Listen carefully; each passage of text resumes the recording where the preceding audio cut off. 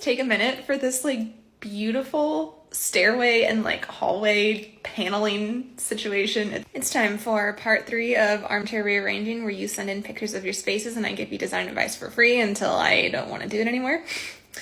We're gonna do a twofer today, so let's see what we're working with. So first up, we have Alice's living room / hangout space. She said she inherited a lot of this furniture and she's not really vibing with the direction that it's going right now. And here's another view. She said that she likes kind of a mid-century style, and the rug is something that she's wanting to keep for now because it's been serving its purpose. So in this case, actually, I would recommend getting a sectional. There are actually a lot of cool mid-century sectionals, whether they're like true mid-century vintage or like modern takes. And I think in this space, like an olive green one would look so cool. The benefit of having like a mid-century style is they're typically lower profile and like more minimal. Alice was saying she didn't really like how bulky her current furniture is. A big key to the mid-century look is keeping things low to the ground, low profile, sleek lines. So Alice was saying that she was wanting to replace the like credenza where the TV is. So I would recommend doing something, again, long and low. You could get like a walnut sideboard or classic mid-century piece, which you can find on Facebook Marketplace pretty easily. Helps to just kind of have like a vision in mind, and then when you see the right piece, then you can feel confident to like go for it. And then for a coffee table, I would see if what you have works, but if not, again, I would go for something like very low to the ground. And I think with those swaps, again, they're like investment pieces, but with a cool sectional and then getting another credenza or something that's like lower and more mid-century profile, I think everything will tie in really nicely, especially with the rug that you have. And then from there, it won't be hard to like add in little pops with cushions or art or whatever once you kind of have a general direction of where you're going. And the second space we're going to look at is Melissa's beautiful living room. I mean, this house is just so great. But she said her pain points is that it's a really big space. She didn't like that when people came over, the person who was sitting on that black couch just kind of had to like swivel their head back and forth. And I get it. That's not fun when you are entertaining. You want to feel like everyone's included. Here's another view of the space and another one. So Melissa was saying because the space is so big, she felt like it wasn't getting utilized, especially like along the walls and the windows. And it's really tempting when you have a big space to like want to utilize every inch and also push everything to the walls. Because if you're used to living in a smaller space, that's kind of what you have to do to like maximize what you have. I actually had a similar problem in my living room.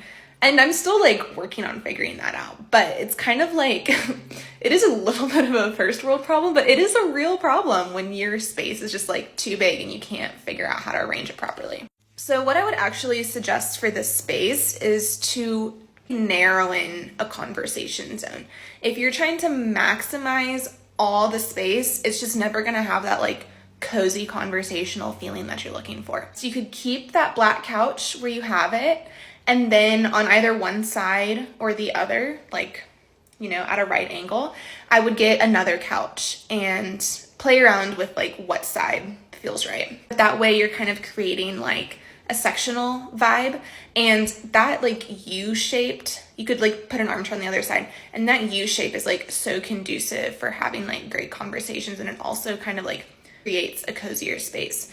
So a really great example of this is Dakota Johnson's living room.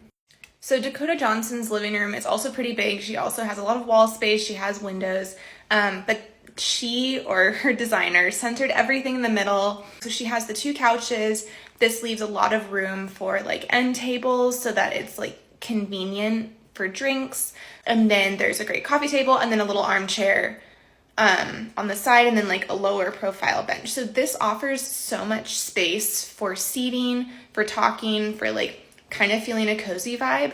I feel like once you establish that like core seating space, everything else will kind of fall into place. You can kind of figure out exactly how you want things laid out on the walls and stuff. But you shouldn't feel like you have to utilize every single inch of space because you have the luxury of like being able to like spread out a little bit. So I would start there and then like see how it goes. Like that's like my process anyway. Like I start kind of with a core idea and then you know, branch out from there. Sometimes it's hard to like visualize everything as a whole. Like with organic decorating, you need to like, you know, see what kind of pieces you find and like see where the vibes are going. Hopefully that's helpful. Can we just take a minute for this like beautiful stairway and like hallway paneling situations? The foliage outside the window, oh my gosh, it's incredible. So that wraps up today's episode. Thank you everybody for sending in your beautiful spaces. I'm trying to get to what I can, but it's just me over here and this is very much a side hustle. So thank you everybody for your patience. And if you want to send in your space, I can't guarantee that I'll get to it, but you can email it to me at carlottacisternas@gmail.com. Have a beautiful day.